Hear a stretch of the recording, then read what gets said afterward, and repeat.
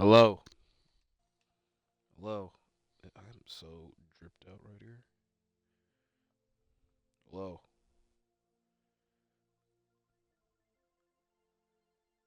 Oh, this is working. It froze for a second.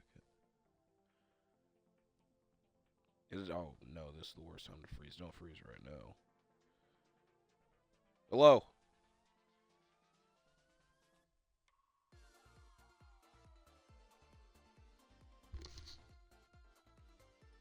All right. I think that it is working. If it's not, I apologize. This is a legitimate shooting the breeze because I got a lot to get off my chest, a lot to digest. I will say that my voice is almost gone. I will be honest with y'all. I've been arguing about a video game for the. I won't even say argue about the video game. It started on the video game and transpired to other things. Which happens a lot in my life. It shouldn't. It really shouldn't. Moral of the story: it's overdone with, but it's going to keep lingering in. So I might be a bit more sarcastic than usual. But we do have a lot to digest and go over in this edition of Shooting the Breeze. Holiday season is upon us. Maybe it shouldn't be as upset, triggered, because it's the holiday season. Need to worry about good feelings and whatnot. We got a lot to go through. The main thing, obviously, are Week 16 NFL predictions. Got some couple of other notes that we'll get through. We're on Fall Guys. I'm very happy to do this because I've not played Fall Guys since last Shooting the Breeze. Had a lot of fun. I will also say I did not know that they had Phantom Menace Fall Guys costumes. But I've never actually bought a Fall Guys attire. All the stuff that is in the Fall Guys closet, I've not spent actual money on. Where if I wanted a Phantom Menace attire, mainly Darth Maul, I'd have to spend money on. Don't plan on that. It's the holiday season. I've said this in a couple of my videos already. This is legitimately the time of the year. This week, the next 2 weeks. This week included, I guess. The days freaking blended. You do not know what day it is. It just all blends in and whatnot. And especially with the NFL's sake and predicting these games, where this week and next week they got games on Wednesday because that's Christmas Day. Games on Saturday. So next week, Shooting the Breeze and NFL predictions and NFL schedule in general, crazy as hell. This week is a bit of a precursor to that because we have a game on Thursday, as always. We got 2 games on Saturday, Sunday games, and Monday game. Where next week, like I said, you got games on Wednesday, Saturday. I actually do think there was a Thursday game when I looked at the schedule. And then Sunday, Monday. So, damn. Wednesday, Thursday. No Friday. There was no Friday game. Saturday, Sunday, Monday. So 5 days. That's good. Not the worst thing. Probably for the people playing, they do not like having to change up the schedule too much, but it is what it is. So, worried about Week 16, though. Again, I'm going to say this now. This is a legitimate Shooting the Breeze where I just might start going on tangents about stuff that does not matter during the course of this, but I will guarantee that I will get my Week 16 predictions out, and we got some other topics wrote down that I'm going to... If I have something wrote down, then I normally talk about it at least. 1 NBA note and 2 wrestling notes. Talking about Week 16 in the NFL, it starts off with the Denver Broncos at the Los Angeles Chargers. A divisional matchup. I think I'm going to go with the Chargers to win this, but at least the Broncos are a good enough team where I have to question this. But the Chargers also did not look the best against the Buccaneers last week, and the Broncos in that fourth quarter, because I was watching the game between the Broncos and Colts, and I was re-watching the highlights this morning. I had no clue it was like 13-10 Colts. Because it ended up being all Broncos in the fourth quarter, so things went bad very quick for the Colts. So, again, like I said, good on the Broncos for being a good enough team to where I have to question who's going to win this game. But I'm going to go with the Chargers and hope that they redeem themselves from what happened against the Buccaneers. Now, we have the 2 Saturday games, which, fun fact, it's not really a fun fact, but the 4 teams involved will also be playing on Wednesday, on Christmas Day. I got to stop referring to Wednesday as Wednesday. It's Christmas Day. This is a big day. But they're also playing on Netflix, which people were upset about that, but people were upset about a lot of things in general. The first of these games, though, will be the Houston Texans at the Kansas City Chiefs, where you got to question, will the Chiefs win? Will the Chiefs have Patrick Mahomes? Because if having Patrick Mahomes and not having Patrick Mahomes changes things dramatically. And so I have to think in advance, am I taking, like, I've picked against the Chiefs a lot this season.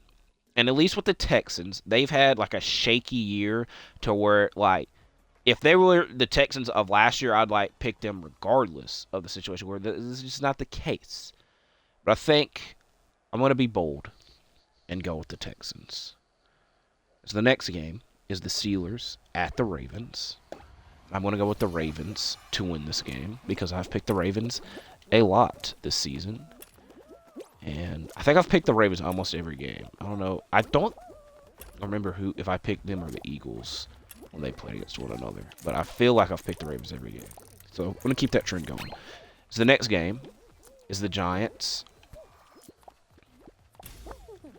I'll be honest with you, I did not look at this board whatsoever, so I could have been wrong. I do know this is all oranges. I just saw a grape, watermelon, peach. I believe this is either a peach or an apple. I'm pretty sure this is a peach. These were all oranges. That's an orange. This was a watermelon. This was a grape.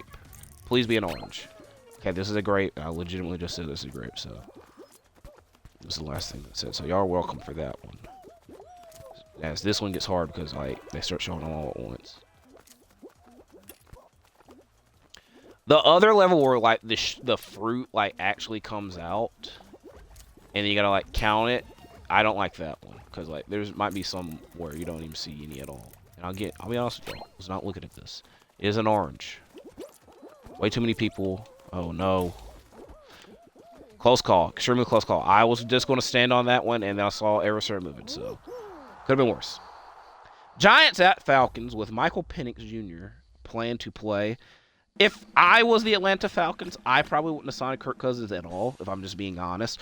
But I would have probably kept him playing the rest of the year that they had a playoff chance. Because you're now relying on a rookie in the last 3 weeks of the season when he has not played. And they probably should have made this decision earlier, but I would have like rode out with the guy that I gave all this freaking money to. Granted, I know that he has not been very good, but that's just my opinion. Again, I'm not even in an NFL front office. And this might not work out for him. And at least Kirk Cousins could say, hey, if I was in, we could have won. Considering we won last week in a very brutal game on Monday Night freaking Football. But I also feel that the reason they waited till now is because they were going against the Giants and probably like his chances of starting his NFL career off that way. So I'm going to go with the Falcons to win. So the next game is the Cardinals at the Carolina Panthers. I'm going to go with the Cardinals to win. It is very funny. The Panthers like, okay, that's not funny.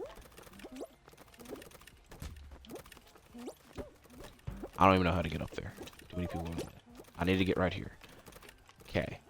Guess this one. Bro, too many people around me. Ugh.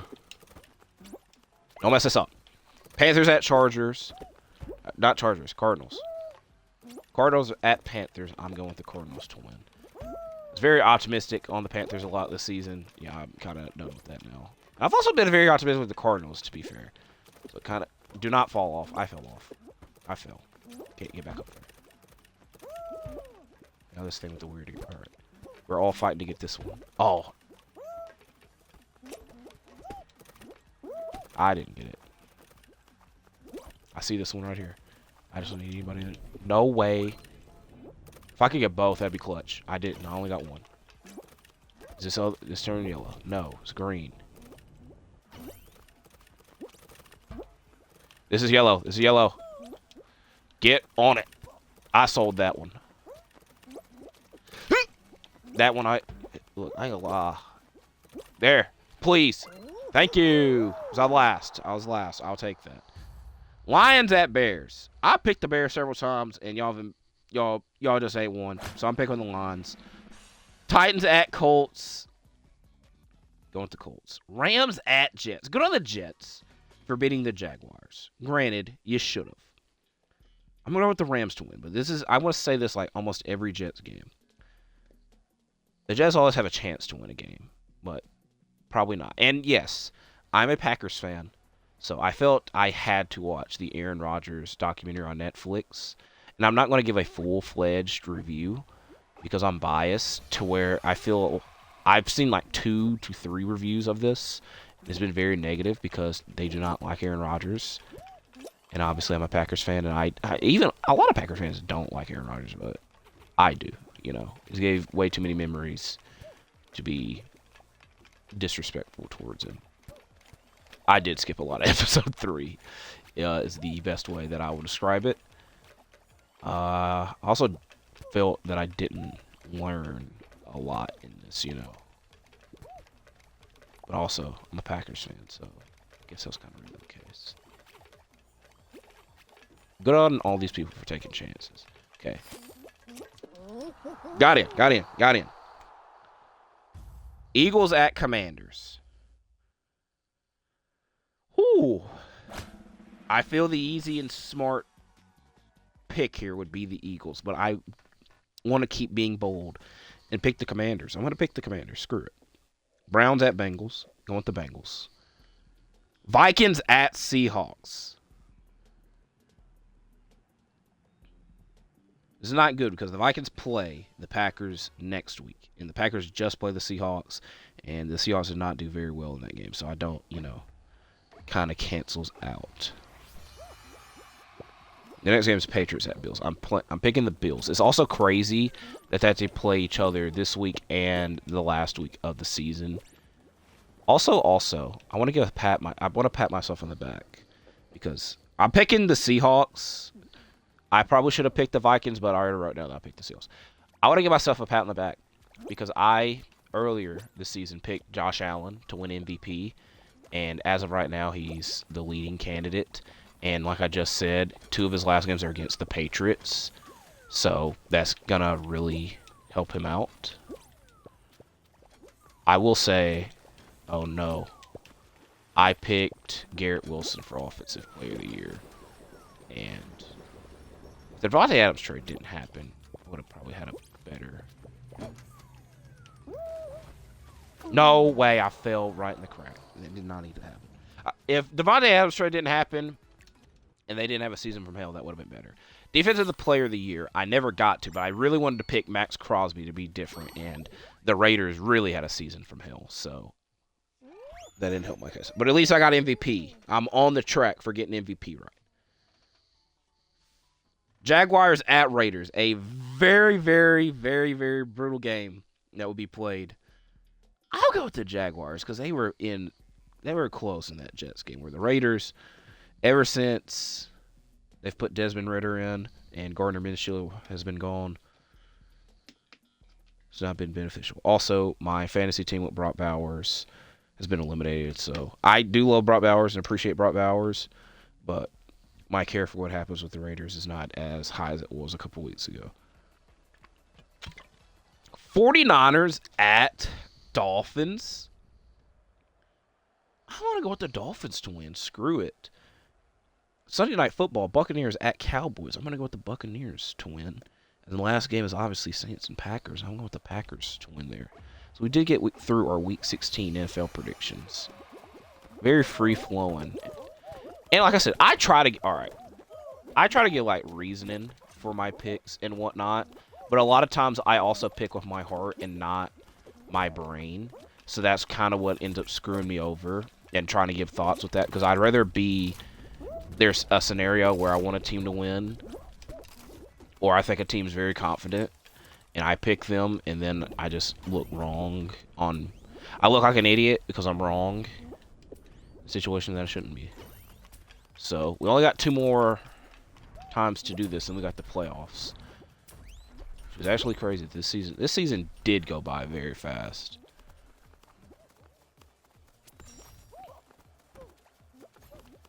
Okay.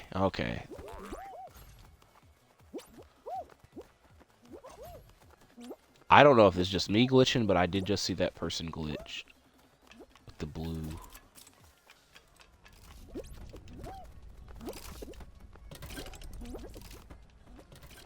So, other topics. The first one is one that I should have talked about last week, but in the NBA, but I was too worried about NBA Cup stuff. And granted, a little bit disappointing in the NBA Cup because none of the games were as. I'm trying to think. Because Pacers Bucks set a good foundation last year because it was a very close and competitive game to the edge, and then it had a cool ending. Lakers Pelicans did not help because the Lakers just dominated, and then Lakers Pacers didn't really, just kind of an game. It wasn't what it was. Kind of the same go round here, but it was also kind of like we anticipated the Bucks to win against the Hawks. Thunder Rockets, I was not fully tuned in, so I can't even really judge it, to be fair. And then Thunder Bucks was what it was, and a lot of people were trying to make narratives about OKC, and it's a game that legitimately does not count. So I'm not going to jump on that. Also, OKC will be a team to talk about once they get Chet back, and so Chet was obviously not there for this game. And obviously Chet would have also helped if especially when you're going against the Bucks, you would really need a Chet. It would make things for OKC a little bit easier. But that's enough giving OKC credit. Also, I will say this while I'm thinking of it, because I've said it already that Shooting the Breeze should be earlier next week, because I need to get my predictions out before the Christmas Day games in the NFL. As always, the NBA has Christmas Day games, and I don't even think I really talked about them last season when they were happening. So I will give predictions for this year's Christmas Day games. Granted, I felt that I could have picked better games to happen, and NBA on Christmas Day has not felt cool in a hot minute, and I don't know why they don't do the special jerseys anymore, even though they were never really the craziest sets of jerseys. It was just kind of one of those things where they had to change something up that they didn't have to. But I'm going to try to go off the top of my head what the hell these games are. Because I know Spurs-Knicks is one of them. Warriors-Lakers is one of them. Which, when they announced that game, I was not that happy with. Because I was like, the Warriors legitimately didn't make the playoffs last year. And I feel that a lot of the Christmas Day games are trying to reward teams that made the playoffs. But I've also came to the realization that they probably did it because they think it's going to be the last time of Curry versus LeBron, and that's an historic rivalry in the NBA sense. So I kind of got over that, and I was the last to qualify, and I was glad that happened. Nuggets and Suns is one of the games. Celtics Sixers will be not fun. I don't know what the hell to expect from that game. And then I'm obviously missing Mavericks Timberwolves should be good. It should be good. If I was booking the games, I would have done Bucks Pacers. It's kind of crazy Giannis isn't going to have a Christmas game, and I'm rewarding the team that made the conference finals in the Pacers. Sixers Knicks, because they had a crazy playoff series, and on paper going into the season, they got way better, both sides. Granted, obviously the season's happening, and you can't really say the same for the Sixers, but on paper that would have been the case. I would have done a finals rematch, because a lot of times it used to be the finals rematch on Christmas Day. Freaking Warriors Cavs, that happened a lot. Thunder Heat happened once on Christmas. The Celtics and the Lakers had to have played on Christmas at least once during that 2-year title finals. But Celtics Mavericks would have been the Christmas game. I would have done Nuggets and Lakers because a lot of people always have fun watching the Nuggets beat the Lakers. And then for that last game, I would have done Wolves and Thunder because it's rewarding the other team that made the conference finals. And then the other team, we need somebody to go. It would have been rewarded the team that made the number 1 seed. So, but I understand why the Warriors got a game. I did not make that shit, but I thought when I was looking in advance that there's no way there's 8 people in front of me. I understand the Warriors getting a Christmas game because they want it to be Curry, LeBron again. Granted, LeBron's probably going to play again next season. They're just going to have to do the same thing, but you never know. You never know. And they want to give Wemby a Christmas game because he's supposed to be the next big thing. And they did that for Zion at least 2 years in a row, and that first year he did not play. When it was Pelicans Nuggets, he did not play that.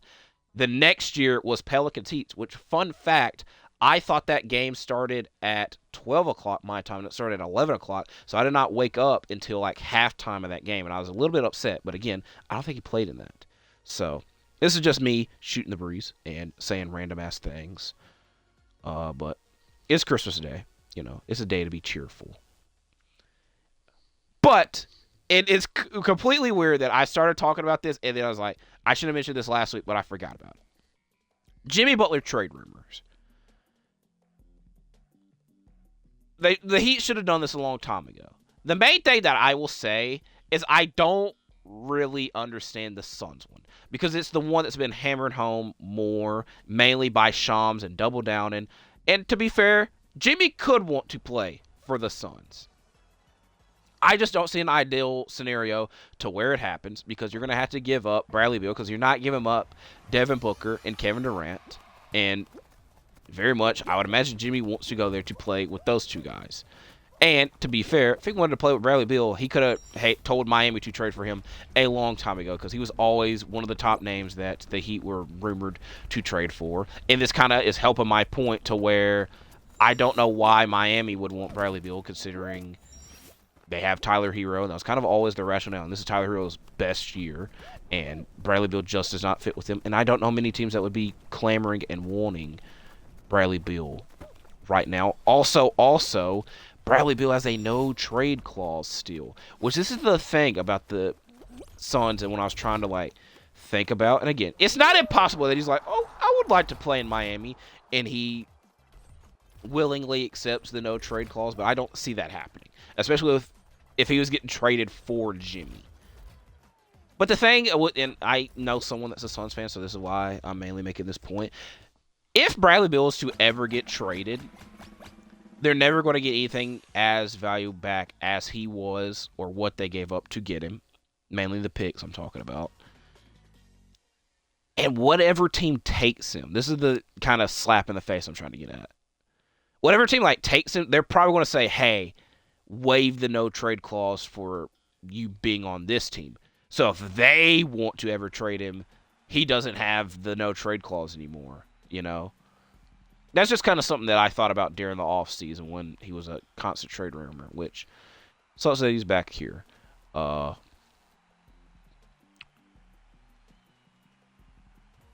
can see him ending up in Golden State, depending. It depends on, because I don't think that him and Wiggins have as much beef as him and Cat do, and that shit was a long time ago, so that might not matter that much. But I also feel that he would be there to replace Wiggins or Kuminga.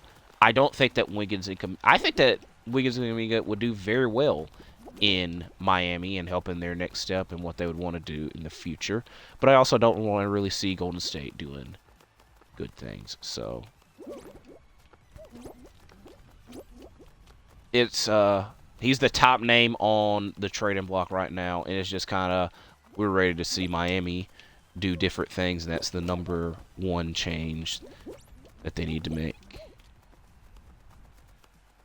And I feel this is going to keep being a big topic until the trade deadline happens, but I completely forgot about talking about it last week, so that's why I'm mentioning it now. And there's obviously several other names that are popping up on the trading block. Cam Johnson, you know. And this is going to be me talking about my team for a second for the Grizzlies. Because I was watching a whole debate happen about Cam Johnson to the Grizzlies, and I love the Grizzlies. I like the Grizzlies community because they get too sensitive and too into conversations that don't matter in the grand scheme of things, and this is kind of one of them. I don't really want us. Look, if we make a trade, they'll obviously have a reason for it. But the conversation that I was watching was getting too into it, and the whole point was one of or it's two people debating about it. I'm not trying to give the location of the debate happening. That's why I'm struggling with this a little bit. But one of the people wanted to trade for Cam Johnson. One of them didn't. That's the point of this. And the whole point that the guy that didn't want to make the trade for should have said, and this is kind of my standpoint on it, this is what I want to keep saying, is that we're doing, like, so well right now that I don't know why we'd be clamoring to, like, be getting rid of anybody, you know? Worry about what we've got going on now, considering what we got going on now is good. If things are going bad, then you could start throwing these suggestions out like we were almost all of last season, you know? But again, if a trade was to be made, especially what would be given up and who we're targeting, which let's just say hypothetically Cam Johnson's our target right now, they would have a reason for it. So we will see over the next coming weeks, but hopefully more trades happen in the world of the NBA. Trading used to be a lot more fun on 2K and doing rebuilds, but it just feels that we keep seeing this, like, it's not as fun as it used to be. That's a weird side tangent. I gotta last 9 more seconds. I don't see this last from my rhinoceros. I don't want to get. Oh, please, please, please. Right, we should be good. We should be good. World of Wrestling, and this will probably end up in the thumbnail because I have the picture saved. Seth Rollins versus CM Punk, scheduled to happen on the premiere episode of Monday Night Raw on Netflix. The main event, I believe, to be exact. There's obviously several other things to be announced as well, and have been announced. But bit perplexed on them doing this a bit early. I only am really thinking that way because it was an ideal scenario, especially this year's WrestleMania, for them to main event, and obviously Punk got hurt. Seth even got hurt, which ended up being crazy because he obviously competed fucking twice at Mania. I competed. I did say completed. And this is the main point that I'm going to make for I'm obviously excited for the match because, you know, heated rivals. CM Punk competing on Raw, which is not happening in the longest time, and it's one of the biggest episodes of Raw ever because it's the first one that's going to be on Netflix. So that's a big matchup. WWE is in a great spot right now, and I'm going to be talking about this over the next couple months and weeks about WrestleMania because it's going to come up slowly but surely. No way! No way! No way! That's... Alright, now I gotta do one more. Now I'm pissed. Ain't no way that just freaking happened. Actually, we're not. If it lets me, I'll give it a minute. If it freaking lets me go back in. Because now I realize I probably ain't gonna let me in. That was a wet fart of an ending. Because I was right in the middle of the tape. WWE is in a good spot right now because I could count 4 different matchups, at least, / scenarios to main event WrestleMania. Because CM Punk and Seth was one of them. They could do this first match and still main event WrestleMania. Granted, we got 2 nights of WrestleMania, which kind of throw things off a little bit. It's not the biggest deal. They could still main event. Gunther and John Cena. John Cena, a lot of fans are putting into place him challenging and getting the 17th championship in his last run. And the main reason I'm targeting him and Gunther is because the other world champion in Cody Rhodes / Kevin Owens is that Cody Rhodes has had like a consistent rival. And it has been a great story with him and Kevin Owens. And there's an X factor you can add into it when Randy Orton wanting a piece of one or not both of them, to be fair. So that's the other matchup I'm talking about. Doesn't have to be a triple threat. It could be a one-on-one with Cody and Randy or Kevin and Randy, which I feel if Kevin and Randy happened, it probably wouldn't be the main event, but I wouldn't mind it. And it may or may not be for the title. You know, time will tell then. And then, obviously, the big X factor is Roman versus Rock. Because I think that... I just don't know. I think Rock and Cody's the match they're going to do this year. I don't really want it to be because I feel that they'll be playing around. And because the main thing, and you don't know what the hell's going to happen with The Rock and when he's going to be available. And obviously the main match for The Rock is him and Roman. And to obviously try and wait another year might be crazy and risky in doing that. So that's why I've kind of been for them doing it as soon as possible. But time will tell there. But also, if The Rock is not facing Roman Reigns, then who, or if Roman Reigns is not facing The Rock, I should phrase it this way. What the hell is Roman Reigns doing at Mania? And I do see a scenario, because the main thing I personally would like to see is CM Punk in one of the main events. He was supposed to get his main event this year. It's been made a way bigger deal than it actually is. But, you know, if you keep teasing and talking about something, and Seth even mentioned it this week that I have a WrestleMania main event, you know, that needs to happen at some point. You know, it's very much Cody with this damn WWE title. He talked about wanting to be WWE champion so much, you wanted to see it happen. Punk, not necessarily himself, but on TV, in his DVD from 12 years ago now, he wanted that Mania main event. This is me randomly fantasy booking, but I could see him, because he talked about this favor with Paul Heyman, and this is me trying to get him back with Roman Reigns and what the hell Roman Reigns could do. I could see him saying, hey, Paul, I want the Mania main event. Roman gets to do whatever the hell he wants here. I want that Mania main event with him, because he still might have beef with Roman. I don't know if he does or not. I don't think he ever really did. I think that was a bit over-exaggerated. And I'm sorry that I sat in that pause menu for too long, but we're here playing one last round. As the last thing that I have a note wrote down is Kenny Omega.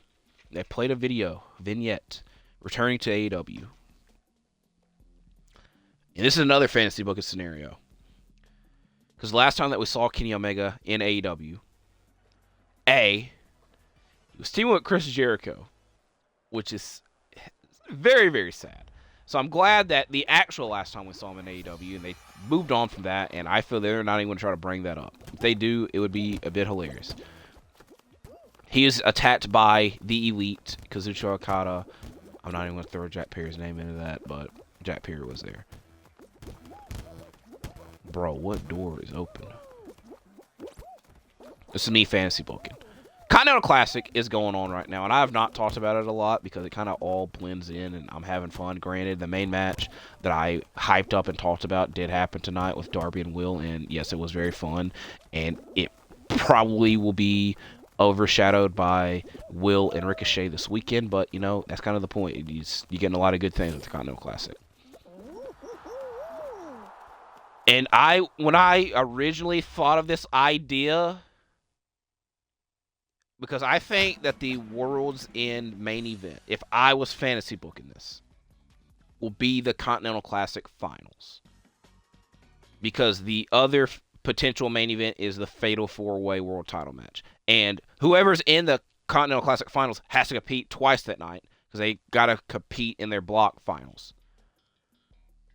I would suggest Okada is in his block finals, or he wins his block finals, he's in the finals. The other person doesn't really matter, but to spice things up, and this is what I did not think of until more recently, Will Ospreay's on the other side. Granted, Ospreay-Okada is a crazy-ass match that has not happened yet in AEW. Obviously, it's happened several times in New Japan, and they're legitimately two of the biggest wrestlers, best wrestlers on the planet, and in AEW. And I kind of think that it'd be a nice, like, tie to end the year off as, like, the top two male singles wrestlers that we signed this year. And I obviously specified male because you got to include Mercedes Moné in that conversation of the wrestlers they signed this year. But Okada-Ospreay would be a crazy finals to have. But it'd be like a nice tie to end the year of, we started our year here in AEW, you know, almost around the same time. Because Ospreay started at Revolution, and then Okada debuted the week after as officially a part of the AEW roster. Obviously, they had made appearances before. But what I'm trying to get at, and why I brought up Kenny Omega, is that Kenny Omega, like, at the end of that match, end of the show, and it's more so fitting if he's worried about Okada because Okada's the one that attacked him and teased him last go around. And it's like Kenny Omega's music hits, and Okada's like shocked as hell that Omega's there. And also Omega and freaking Ospreay happening again would be a big deal. So that's why I suggested Ospreay be Okada's opponent. So it kind of teases several things for the future. But I think the main thing that screws that over is that I don't know if they want to go the route of Ospreay and Okada being the finals, because it wouldn't be advertised in advance. You know, you don't know. Oh, no. Yes. That could have been way worse. But you get the point. It's very much like I was saying, when I was doing my fantasy booking last year for the Continental Classic, and this is before the blocks were announced and everything. My suggested finals was Danielson versus Omega, you know? But I've been thinking on it and whatnot, that it wouldn't have been the best idea, because that's a matchup that you announce in advance. That way you can get as many butts in seats, remotes clicking to buy the pay-per-views. So it's very much a similar situation with Ospreay and Okada. Or at Kingston and Moxley, that was a matchup that's happened a couple times in AEW. You know? So announcing it, you didn't have to really worry that much. Also, it kind of benefited them more last year, because they had a couple of days worth to promote that. Where with this, you can't promote anything. You got like a couple hours in between. So they're kind of fighting an uphill battle, but because the wrestlers are so talented in the Continental Classic, then it's kind of worth it. But that's just my suggestion of how Kenny Omega should come back into AEW. I wanted to bring this up here because I don't know any other chance I would get the chance to do that. I'm going to try to save my voice, because I also have to film my Final Battle preview tonight, a part of my ROH TV review series. Very excited for Final Battle this weekend, and I'll talk, obviously, a lot more about the show in the preview. But to give a little precursor, it's not the best card. It is a very extremely questionable card, but I kind of come this way about all the ROH pay-per-views, is that we only get 3 a year. So I try to take them with a grain of salt and be very happy that we're getting the freaking pay-per-views, considering how rare that we get an ROH pay-per-view. And this one's a bit more special because it's returning to the Hammerstein. And I don't know the guy's name, so this is why I don't like referencing other freaking people. I like being a loner and whatnot. Dave LaGreca, that's his name. I got screwed there. That should have been my hoop. That also should have been my hoop. And the fact that this person did not get that hoop first is kind of questionable. But Dave LaGreca was arguing on his radio show. And the point that he made is one that I made, but he made it questionable because of the route that he went and yelling and whatnot. But this show and the booking of it and the matches that are happening are sus and questionable. And that because they are, in quotations, returning home, returning the Hammerstein, making it a big deal, that they should have made this show focused on ROH's talents of the past returning home. Considering AEW has so much of a fan base, or so much of a roster that took place in ROH. And their foundation was in ROH. That is very much what I said. And that's why I felt that the world title match was a bit of a slap in the face. And again, like I said, he kind of went out of the realm and made it questionable because the two things that he suggested was Adam Cole versus Mark Briscoe and Nigel McGuinness versus Bryan Danielson. But the point that he was making was this show should be focused on ROH's past. And to be fair, if it was focused on their future and what they were focusing on meant something, then it'd be okay. With the women's title match, the women's TV title match, you can make that point. You can't convince me that with this world title match being Jericho and Cardona, you know. But I'll have to sleep on it and get some more thoughts on it prior to my Final Battle preview / our last ROH TV review tonight. So let's focus on winning this race and ending this video off. But we're very far behind. But Kermit the Frog did not get hit by the ball, but everybody else did. So my voice is almost gone because, like I said, I spent a lot of time arguing tonight. And then I'm not going to say I forgot about shooting the breeze, but I had a lot more thoughts this week than I originally anticipated. Okay, we had a